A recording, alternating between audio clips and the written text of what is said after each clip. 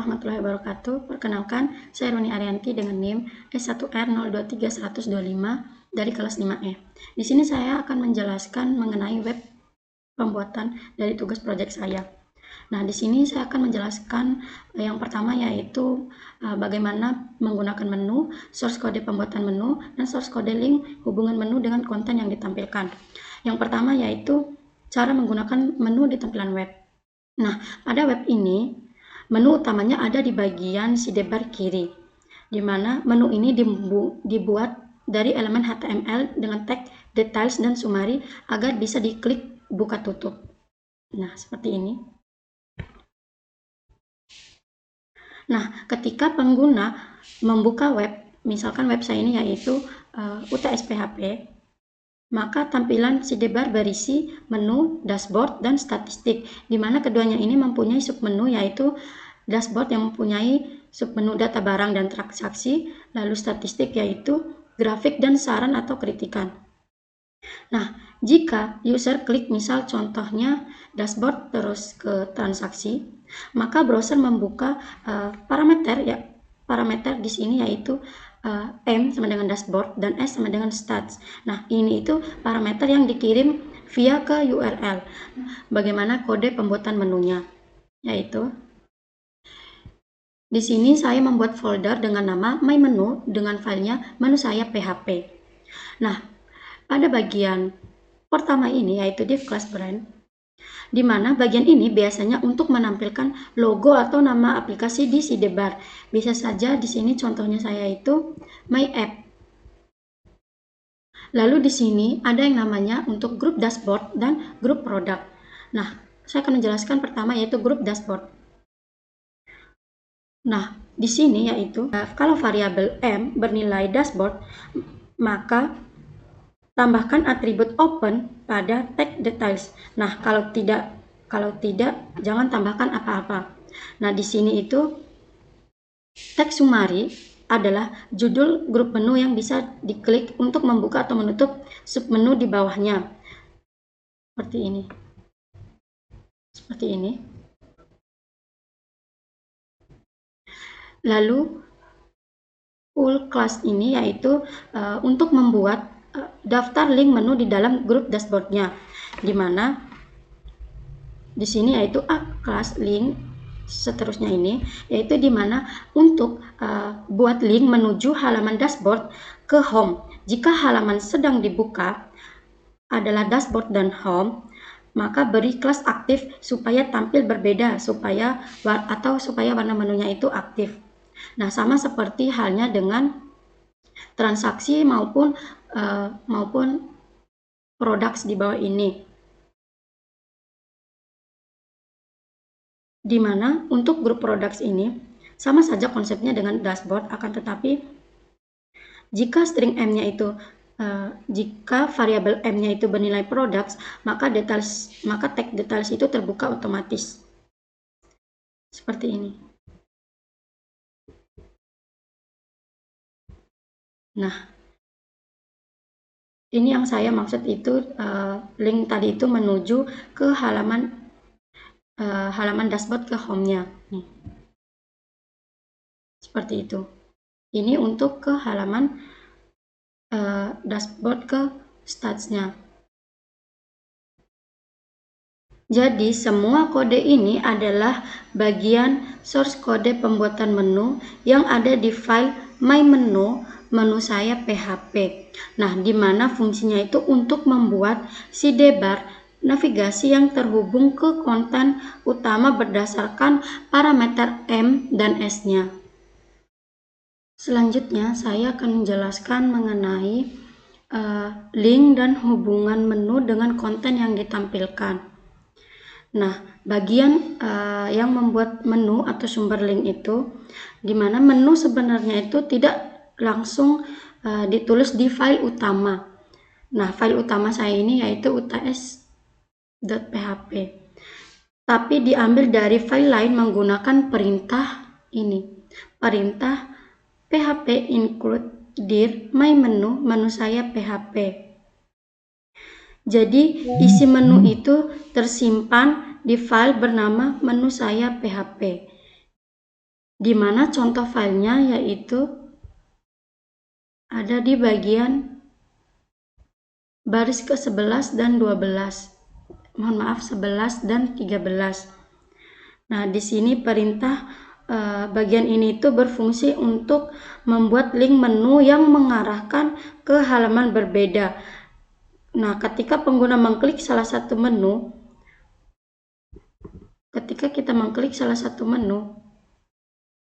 nah, ini akan membuka parameternya, yaitu M itu dashboard dan S itu home. M dan S-nya itu dikirim melalui URL. Contohnya kita mengklik transaksi, maka alamat web akan menjadi localhost web pp uts php m dashboard dan s stats. Nah, bagian yang menangkap link dari menu itu ada bagian line 7 sampai 9. Nah, di mana setelah pengguna mengklik menu, PHP perlu mengetahui menu mana yang sedang dibuka. Nah, itu dilakukan oleh kode berikut ini. Artinya, PHP membaca nilai M dan S dari URL. Nah, jika tidak ada, maka nilai default adalah M sama dengan dashboard dan S sama dengan home. Lalu bagian ini adalah menentukan file mana yang akan ditampilkan. Nah, fungsi dari mapping file ini adalah untuk menghubungkan kode submenu dengan nama file halaman yang akan ditampilkan. Contohnya ini yaitu misal variabel home, maka akan ditampilkan file yang ada pada folder package dengan nama file barang PHP. Atau misal di variabel list dengan folder package yang nama filenya grafik PHP. Lalu selanjutnya yaitu bagian yang menampilkan konten sesuai menu. Nah, bagian ini adalah fungsi utama untuk menampilkan halaman, di mana fungsi konten menerima nama submenu dari variabel S, lalu mencari file mana yang cocok di dalam array RT ini tadi di atas. Nah, jika file tersebut ada, PHP akan menyertakan dan menampilkan isi file itu. Jika tidak ada, akan muncul halaman tidak ditemukan. Selanjutnya yaitu bagian yang menampilkan hasil ke browser, di mana di sini fungsinya yaitu fungsi content string S. Nah, di sini itu dipanggil di dalam bagian tag main, di mana bagian main ini adalah tempat isi halaman konten yang akan muncul. Contohnya ketika kita mengklik data barang, maka tampilan isi filenya itu adalah di folder package barang PHP. Jadi kesimpulannya, link menu dan konten saling terhubung melalui parameter URL M dan S yang kemudian digunakan oleh PHP untuk memanggil file halaman yang sesuai dari daftar pemetaan variabel RT tadi di atas. Nah, selanjutnya hasilnya ditampilkan dalam bagian tag main pada tampilan web. Baik, selanjutnya saya akan menjelaskan mengenai pemanggilan data JSON dan menampilkan data JSON ke halaman web, fasilitas tambah, edit, hapus, dan cari. Jadi yang pertama yaitu pemanggilan data JSON. Pada pemanggilan data JSON, di bagian variable file yaitu berisi data JSON. Nah, ini itu untuk menentukan lokasi file JSON-nya. Di sini bagian data JSON-nya, yaitu ada buku tulis, pulpen, tas sekolah, sepatu, dan laptop.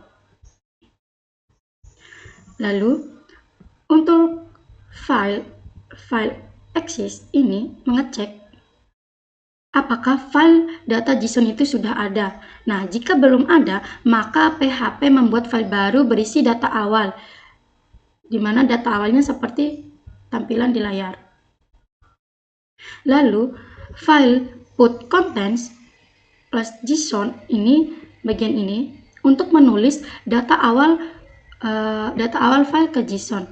Sedangkan untuk file get context ini untuk membaca isi file dari JSON.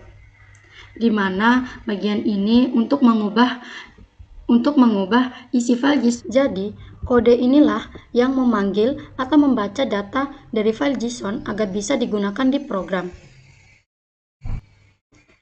Selanjutnya yaitu menampilkan data JSON ke halaman web, di mana data inilah adalah sumber kode yang menampilkan data JSON di halaman web dalam bentuk tabel, di mana pada for each ini di mana dia melakukan perulangan untuk setiap data barang dari JSON, di mana setiap data variabel item ditampilkan dalam satu baris atau TR dalam tabel, di mana data yang ditampilkan yaitu ada yang namanya nama barang, jumlah, harga, keterangan, aksi, dan banyaknya ini, tombol edit dan hapusnya. Kode inilah yang membuat tabel tersebut. Misalkan pengguna ingin menambahkan data barang. Misal di sini kita ingin menambahkan data kipas angin dengan harganya 200.000 dengan jumlah 6. Nah, kebetulan di sini saya sudah menyimpan file gambar kipas angin, di mana saya menyimpannya di web PB di folder uploads. Nah, tinggal kita open, klik tambah, maka akan muncul di baris ke-6 yaitu kipas angin dengan banyak 6, harganya 200.000, maka jumlahnya semua yaitu 1.200.000. Nah, ini adalah kode untuk menambah data baru ke file JSON, di mana kode dijalankan ketika tombol tambah ditekan atau name tambah. Nah, jika ada file gambar, maka disimpan ke folder upload. Seperti saya tadi sudah ada filenya di folder uploads. Lalu membuat array dengan variabel barang baru berisi data baru. Data baru ditambahkan ke array lama, yaitu pada variabel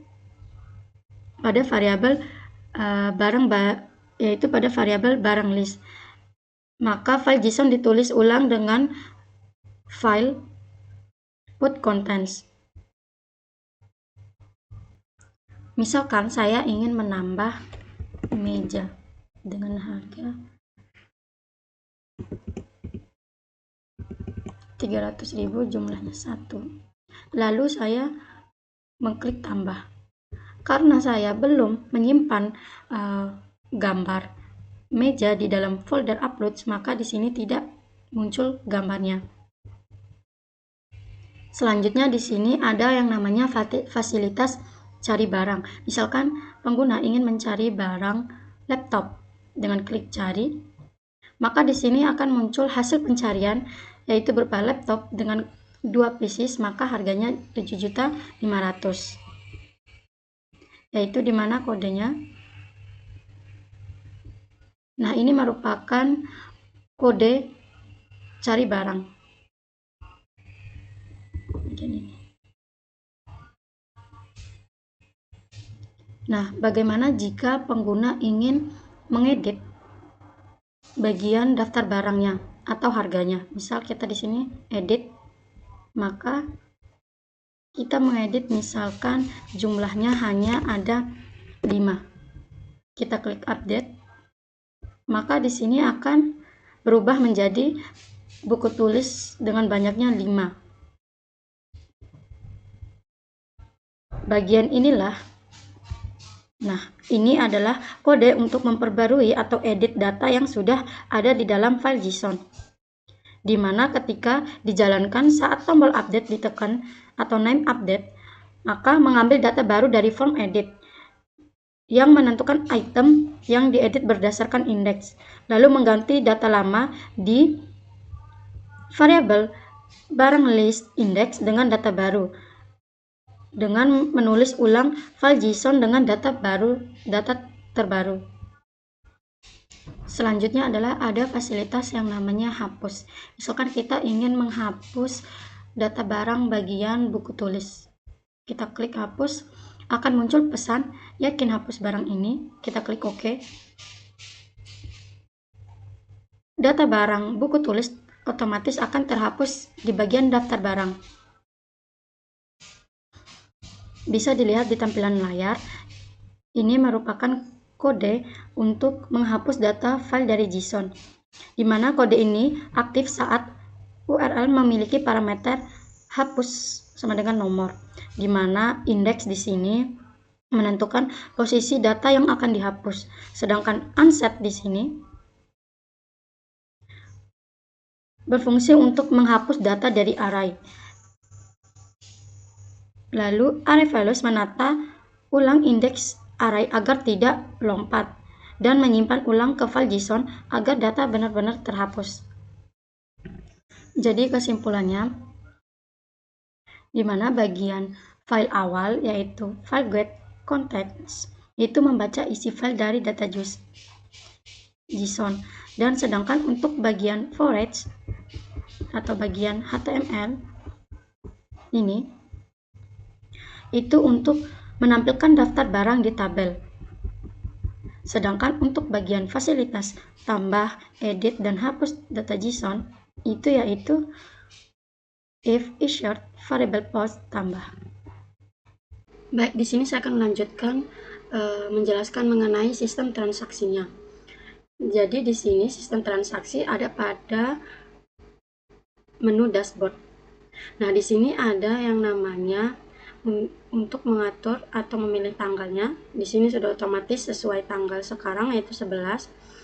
Lalu pemilihannya, misalkan kita ingin pembelian, misalkan nama barangnya kipas angin dengan jumlah barang 6, harganya 350. Kita klik tambah. Maka di sini akan muncul daftar transaksinya. Ada yang pertama yaitu pulpen, tas sekolah. Yang ketiga yaitu kipas angin yang kita tambahkan tadi. Di sini sudah otomatis menghitung di mana harga satunya 350.000 dengan jumlah barangnya 6, maka totalnya yaitu 2.100.000. Misalkan kita ingin menghapus sistem transaksinya, akan muncul pesan yakin hapus transaksi. Kita klik OK. Maka otomatis terhapus. Di sini ada bagian yang namanya ringkasan transaksi. Di sini diberi yaitu penjualan, yaitu transaksi totalnya 200.000. Maaf, penjualan transaksinya 200.000, pembeliannya. Nah, di sini kita bisa yang namanya mendownload laporan transaksi. Nah, di bagian ringkasan ini kita bisa mendownload laporan transaksi tersebut. Misalkan kita klik laporan transaksi. Nah, di sini otomatis akan tersimpan di dalam file Excel. Kita buka.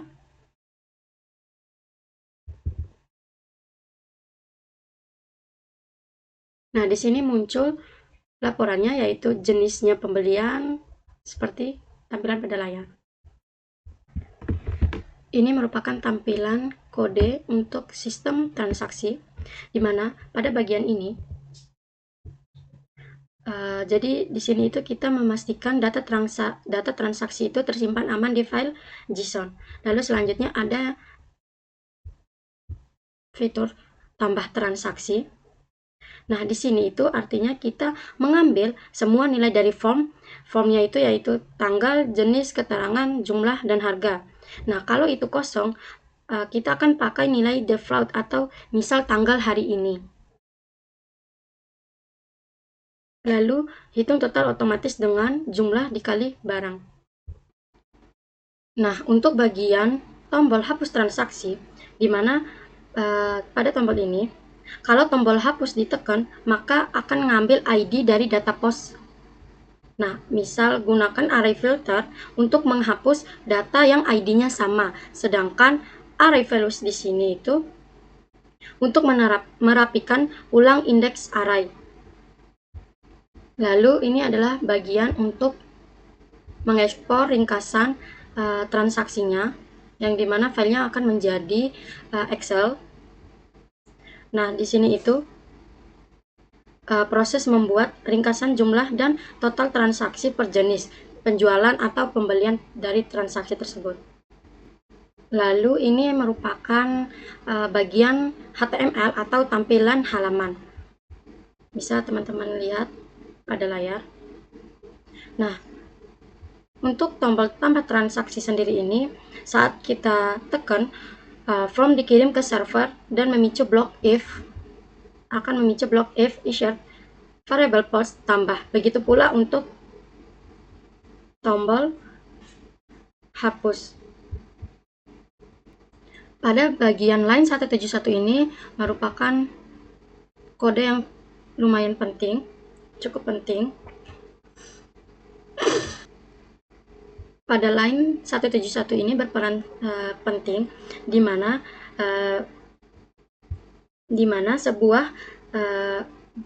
buat sebuah tautan A yang ketika diklik akan membuka file UTS-PHP. Nah, sambil mengirim 3 data lewat URL yaitu M sama dengan dashboard, S sama dengan stats, dan export sama dengan summary. Tautan ini diberi gaya CSS bernama btn export. Lanjut, di sini saya akan menjelaskan bagaimana cara membuat grafik itu dari JSON. Nah, grafik ini sendiri dibuat menggunakan Chart.js, yaitu library JavaScript untuk membuat berbagai jenis grafik secara interaktif di browser. Di mana Chart.js ini sendiri bisa kita otomatis mendownload di Google. Pada tampilan web ini sendiri juga ada mempunyai 3 pilihan grafik, bentuk grafik, yaitu ada yang namanya pie chart, bar, dan line chart. Lalu di sini ada tombol lihat data tabel, misal kita klik. Nah, di sini akan muncul daftar data di mana di sini ada nilai X, Y, dan aksinya edit dan hapus, serta ada untuk tambah data. Untuk mengurutkan dan memisahkan nilai X dan Y, kita menggunakan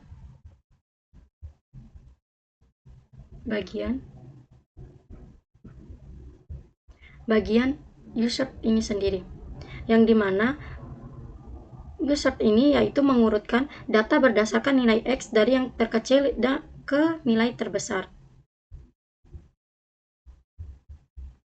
Untuk memisahkan data X dan Y itu sendiri, kita menggunakan array column, di mana dia tersimpan di variabel X values atau variabel Y values, di mana tujuannya ini agar grafik rapi dan urut berdasarkan sumbu X.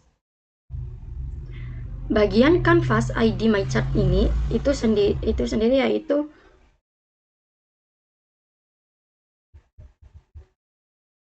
elemen HTML tempat grafik Chart.js akan digambar.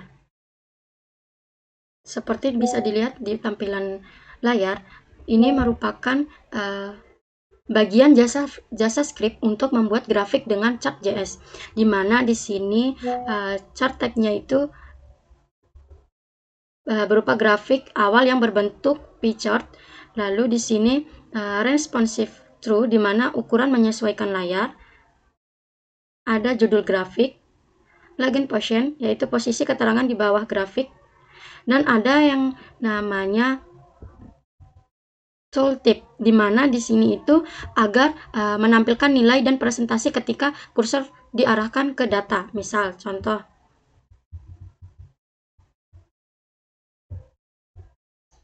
contohnya kita mengarahkan kursor.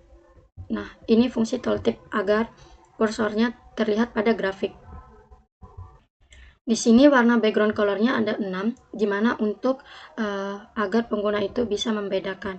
Di sini ada warna pink, hijau, orange, ungu, biru.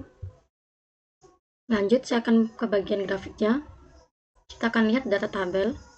Misalkan kita ingin tambah data, maka otomatis akan diarahkan ke form, di mana kita bisa menambah data atau mengeditnya. Misal di sini kita edit. Di sini langsung diarahkan di bagian form data. Misal kita ganti jadi 1, update. Maka akan otomatis berubah. Lalu kita kembali ke halaman utamanya. Jadi dapat kita simpulkan bahwa untuk membuat grafik berdasarkan konfigurasi itu ada pada bagian New Chart GTX Config. Sedikit saya tambahkan, di dalam pie chart ini nilai Y digunakan sebagai besar potongan lingkaran, sedangkan X digunakan untuk nama kategori. Jadi alur programnya di mana program membaca file .json yang memuat data X dan Y, lalu data diurutkan berdasarkan nilai X agar rapi. Selanjutnya nilai X dan Y itu dikirim dari PHP ke JavaScript dalam bentuk JSON. Lalu chart.js itu membaca data tersebut dan menampilkan grafik pie berwarna seperti tampilan di layar. Maka pengguna bisa melihat perbandingan nilai Y untuk setiap kategori X. Lalu yang terakhir di sini ada yang namanya kritik dan saran. Ini itu berupa HTML biasa yang dimana bisa kita isi Rooney. Saran kita misal terlalu mahal. Kita klik tombol kirim ke WhatsApp. Misalkan kita ke kamari, format. Maka chat otomatis akan terkirim. Halo, saya Rooney ingin menyampaikan terlalu mahal. ID WA Form di sini itu untuk memberi identitas pada form untuk bisa diakses lewat JavaScript.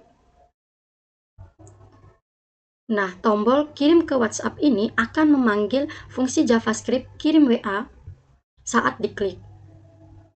Bagian JavaScript ini apabila kolom kosong, tampilan peringatan dan batalkan pengiriman. Bagian ini.